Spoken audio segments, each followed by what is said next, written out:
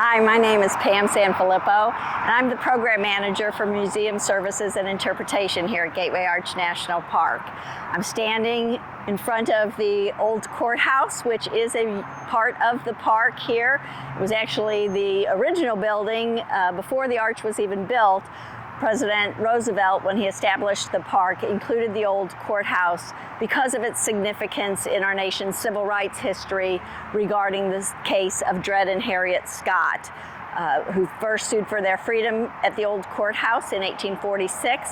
That case would eventually go to the United States Supreme Court, where in 1857 the Supreme Court determined that blacks had no rights, which the white man was responsible to uphold, and ended up being one of the prime cause the Civil War that began in 1861.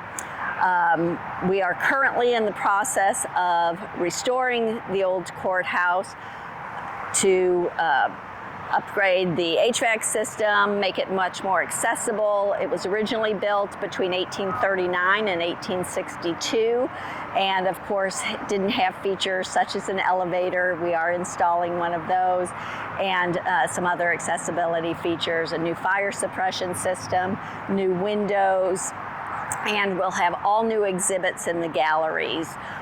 The exhibits include one called Designed for Justice, which looks at the actual construction of the old courthouse. Then the other gallery across from there will be called See You in Court, that examines what our court system, the role of the court system in our lives today, where it fits in the three branches of our government and how they interact, and will be an actual setting of a courtroom where we can do mock trials with school groups and with the public.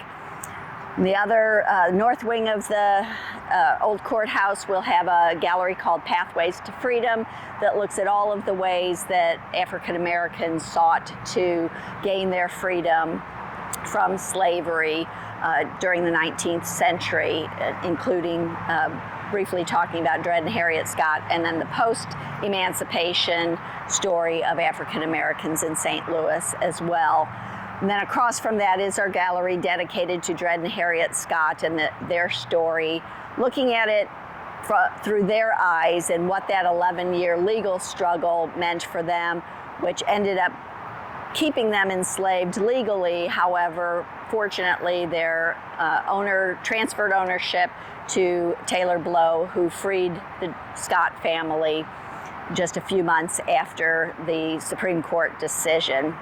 And so we'll look at that too. We're very fortunate to have in St. Louis the great-great-granddaughter of Dred and Harriet Scott, Lynn Jackson, who has been instrumental in helping us share this story and tell it through the new exhibits that we'll have there.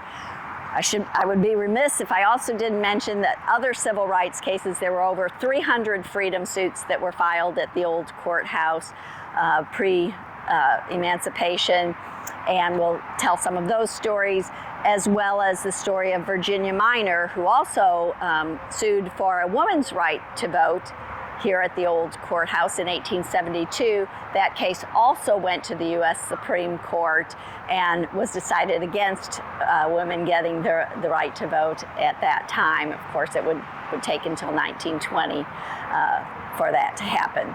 So very important civil rights stories today. People come in St. Louis to exercise their First Amendment rights, recognizing the important stories that are told at the old courthouse, and we're really anxious that late next spring to have that building reopened to the public for everyone to see and enjoy. Once the old courthouse reopens next year, so keep an eye at our website, www.nps.gov/JEFF.